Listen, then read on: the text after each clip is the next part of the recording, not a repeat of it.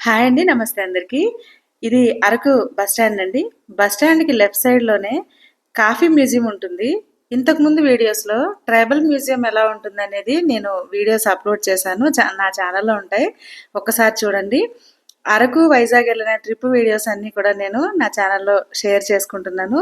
ఇక్కడొచ్చేసి electrical వెహికల్స్‌కి charging పెట్టుకోవడానికి availability ఉందనమాట. Short video కూడా నేను అప్‌లోడ్ చేశానండి.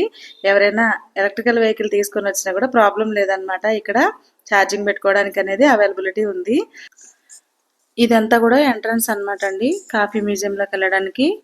చూసారా కాఫీ బీన్స్‌తో ఉన్న ఒక చిన్న బొమ్మలాగా ఉంది కదా! చూడ్డానికైతే చాలా బావుందండి ఇక్కడంతా కూడా లొకేషన్ అయితే. ఇక్కడ పెద్దవాళ్ళకి ఎంట్రీ ఫీజ్ వచ్చేసి ₹20, చిన్న పిల్లలకి ₹10. మార్నింగ్ 8:00 నుంచి నైట్ 8 వరకు ఓపెన్ ఉంటుందండి. లోపలంతా కూడా మీకు ఒక పల్లెటూరు వాతావరణం ఎలా ఉంటుందో అలానే ఉంటుంది. అండ్ పిల్లలు ఆడుకోవడానికి చిన్న చిన్నవి ఉన్నాయండి ఇక్కడ. మీరు చూస్తున్నారు కదా! ఇవన్నీ అన్నమాట. చుట్టుపక్కలంతా కూడా ఇవన్నీ కాఫీ మొక్కలండి. వీటికి కాఫీ గింజలనేవి ఇంకా తయారవ్వలేదు. చిన్న చిన్నగా ఉన్నాయండి కాయలు. ఫస్ట్ చూసినప్పుడు నేను ఇంతవరకు కాఫీ గింజల మొక్కలనేది నేను చూడలేదు. ఇదే ఫస్ట్ టైము. ఇవే కాదా అనుకున్నాను. తర్వాత చూస్తే ఇవే అక్కడ వాళ్ళని అడిగితే ఇవే అని చెప్పారండి. ఇదంతా కూడా లోపలికి మనం వెళ్ళడానికి ఫోటో షూట్‌కి అయితే చాలా బావుంటుందండి ఈ ఏరియా అంతా కూడా. మేము చాలా ఫోటోస్ దిగాము ఇక్కడ. ఇక్కడ నుంచి లోపలికెళ్ళేటప్పుడు మనకి మంచి ఇట్లా లైటింగ్ అంతా మేము వెళ్ళేటప్పుడే స్టార్ట్ అయిందండి. భలే అనిపించింది మాకు. చూసారా కాఫీ తయారు చేసే మగ్గులాగా పెద్ద పెద్దవి చిన్న చిన్న బొమ్మలు, పెద్ద పెద్ద ఆర్టికల్స్ అలాంటివన్నీ ఉన్నాయండి ఇక్కడ చూడడానికైతే. మీరు ఖచ్చితంగా అరకు వెళ్తే గనక కాఫీ మ్యూజియంని తప్పకుండా విజిట్ చేయండి. పిల్లలు కూడా ఇలాంటి చోటకి తీసుకెళ్తే చాలా హ్యాపీగా ఫీల్ అవుతారు. ఇప్పుడు మనం చూడబోయేది మీకు మంచి ఎక్స్పీరియన్స్‌ని ఇస్తుంది. చాలా ఫన్నీగా కూడా అనిపించింది.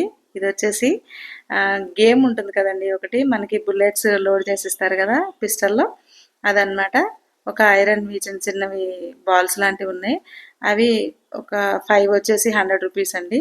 మనం షూట్ చేసిన తర్వాత అవి మళ్ళీ వాళ్ళకేమి రీయూజ్ అవ్వమనమాట. నేను మాక్సిమం అన్నీ కొట్టేశాను. ఫస్ట్ టైం నేను తీసుకున్నయి 5. తర్వాత మళ్ళీ ఇంకొకసారి తీసుకున్నాము. ఈయన మా హస్బెండ్ దీనికి మాకు కొంచెం ట్రైనింగ్ ఇచ్చారండి. ఎలా పేల్చాలి ఏంటనేది.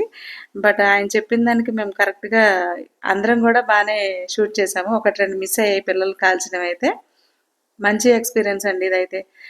ఎందుకంటే ఇప్పుడు మేమిక్కడ ఇది చూసేసి వెళ్ళిపోవచ్చు. కానీ మాకనిపించిందేంటంటే ఇది చాలా దూర ప్రాంతం అండి. అరకు అనేది ఆంధ్రప్రదేశ్‌లోనే చాలా చిట్ట చివరగా ఉంటుంది కదా! వీళ్ళనేది టూరిస్ట్ ప్లేస్ అవ్వడం వల్ల ఇక్కడ ఎవరైనా వస్తే వీళ్ళకి ఏదైనా ఉపాధి కలుగుతుందనే దాంట్లో ఉంటారు కదా!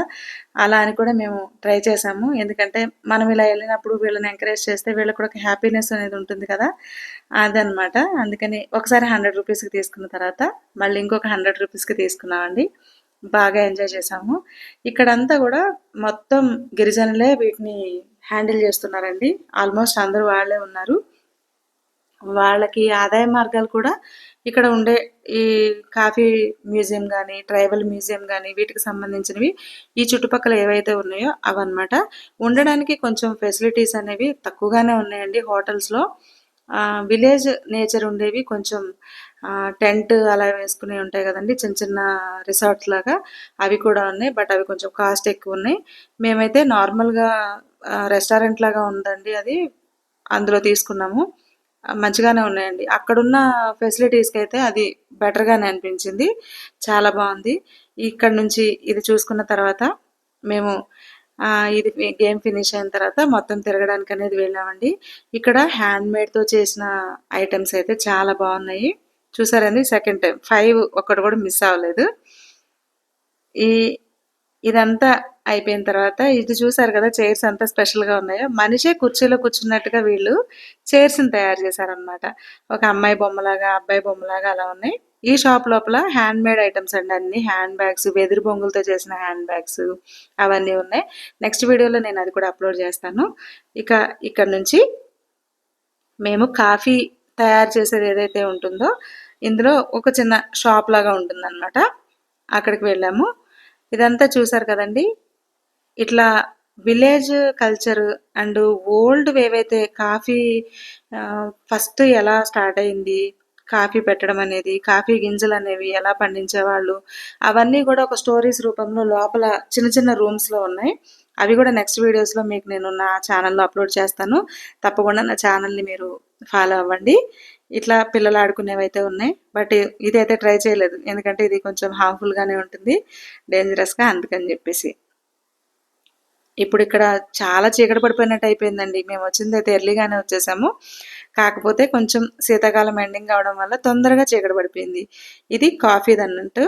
ఈ కాఫీ గింజలు ఎలా తయారు చేస్తారు, ఎలా పండుతాయి, ఎక్కడ అనేవి ఈ బొమ్మల రూపంలో ఇక్కడ అంతా కూడా గోడలకనేది ఉన్నాయండి. నిజంగా మనుషులు ఎలా ఉంటారో అలాంటి అట్మాస్ఫియర్ అయితే ఇక్కడ ఈ బొమ్మల ద్వారా మనకు చూపించారు. చెక్కలతో ఇలా వెదురు బొమ్మలతో కంచెలు కానీ, మొక్కలు కానీ లోపల పెంచినవి, గ్రీనరీ బాగుంది.